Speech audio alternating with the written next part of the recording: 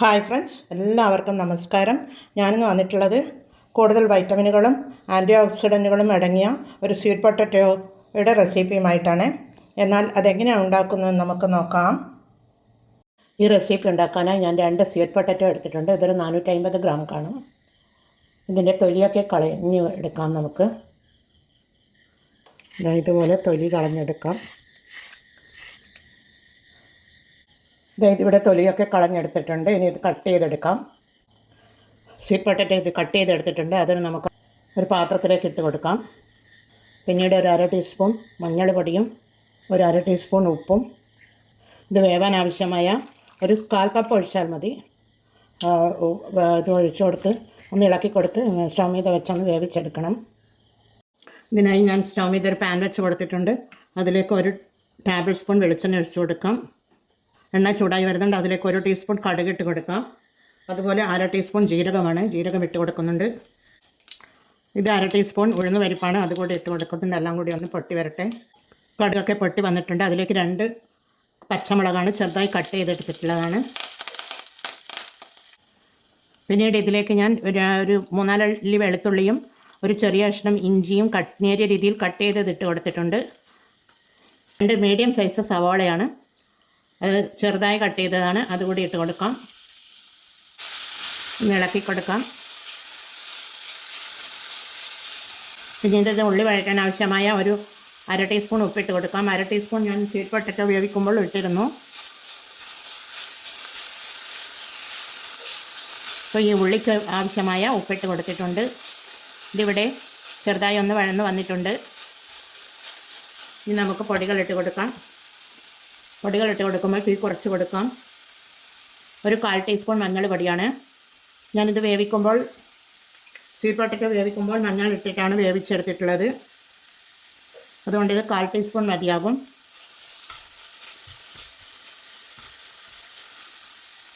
പിന്നീട് ഒരു തണ്ട് കറിവേപ്പിലയാണ്. പിന്നീട് ഒരു ടേബിൾ സ്പൂൺ ചില്ലി ഫ്ലേക്സ് ആണ്. ഇതിൽ മുളക് പൊടി ഞാൻ ഇട്ട് കൊടുക്കുന്നില്ല, ചില്ലി ഫ്ലേക്സ് പച്ചമുളക് മാത്രമേ ഇട്ട് കൊടുക്കുന്നുള്ളൂ.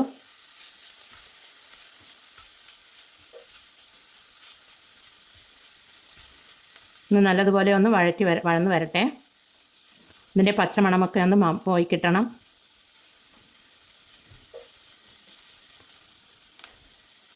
നമ്മുടെ സ്വീറ്റ് പൊട്ടറ്റോ ഇവിടെ വെന്ത് വന്നിട്ടുണ്ട്. ഇതുപോലെ ഉടയാതെ കിട്ടണം. ഒരു പൊടിച്ചലോട് കൂടി കിട്ടണം. അത് നമുക്കിതിലേക്ക് ഇട്ട് കൊടുക്കാം.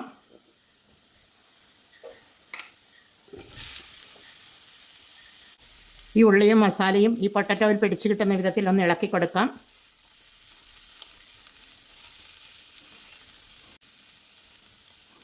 ഈ മധുരക്കിഴങ്ങ് നല്ല ഒരു കൂടുതൽ വൈറ്റമിൻസുകളും കൂടുതൽ ആൻറ്റി ഓക്സിഡൻറ്റുകളും ഒക്കെ അടങ്ങിയിട്ടുള്ള ഒരു മധുരക്കിഴങ്ങാണ്.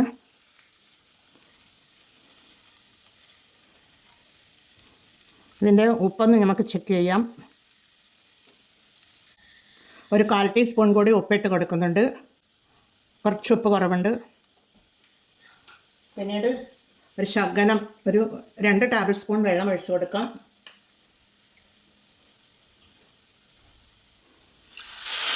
വെള്ളം ഒന്ന് തളിച്ച് കൊടുത്താൽ മതി. വെള്ളം തളിച്ച് കൊടുത്ത് ഒന്ന് ഇളക്കി കൊടുത്ത് മൂടിയിട്ട് കൊടുക്കാം. ഒരു 2 മിനിറ്റ് മൂടിയിട്ട് വെച്ച് കൊടുക്കാം.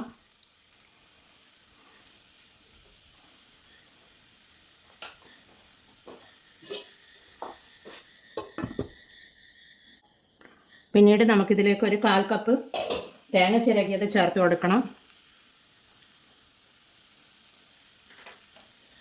തേങ്ങ ചിരകിയത് ചേർത്ത് കൊടുത്തതിന് ശേഷം ഒന്നുകൂടി ഒന്ന് ഇളക്കി കൊടുത്ത് മൂടിയിട്ട് കൊടുക്കാം. നമുക്കിത് 1 മിനിറ്റ് കൂടി മൂടിയിട്ട് വെച്ച് കൊടുക്കാം. ചെറുതീയിലാണ് ഫ്ലെയിം വെച്ച് കൊടുത്തിട്ടുള്ളത്. ഇതിവിടെ 1 മിനിറ്റ് ആയിട്ടുണ്ട്. മൂടി തുറന്ന് നോക്കാം.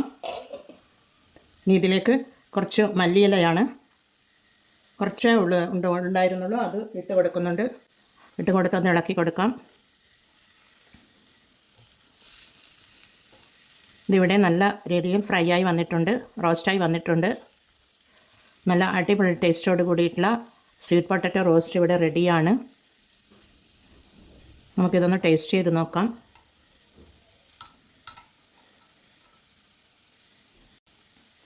സ്വീറ്റ് പൊട്ടറ്റോ മധുരമുള്ളത് കൊണ്ട് തന്നെ എരിവ് ഇതിന് അറിയുന്നില്ല. എന്നാലും നല്ല ടേസ്റ്റ് ഉണ്ട്. അടിപൊളി ടേസ്റ്റോട് കൂടിയുള്ള സ്വീറ്റ് പൊട്ടറ്റോ ഇവിടെ റെഡിയാണ്. എന്നാൽ നമുക്കിത് സർവിങ് ബൗളിലേക്ക് മാറ്റാം. തീ ഓഫ് ചെയ്ത് കൊടുക്കുന്നുണ്ട്.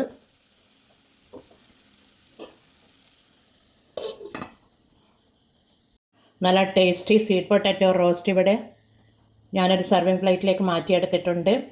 അടിപൊളി വൈറ്റമിൻസുകളും കൂടുതൽ ആൻറ്റി ഓക്സിഡൻറ്റുകളും പൊട്ടാസ്യവും ഒക്കെ കൂടുതൽ അടങ്ങിയിട്ടുള്ളത് കൊണ്ട് തന്നെ എല്ലാവർക്കും കഴിക്കാൻ പറ്റിയ നല്ലൊരു റെസിപ്പിയാണിത്.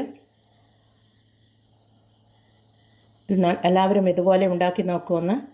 സ്വീറ്റ് പൊട്ടറ്റോ റോസ്റ്റ്, അടിപൊളി ടേസ്റ്റോട് കൂടിയിട്ടുള്ള സ്വീറ്റ് പൊട്ടറ്റോ റോസ്റ്റ് എല്ലാവരും ട്രൈ ചെയ്ത് നോക്കി ഫീഡ്ബാക്ക് അറിയിക്കണേ.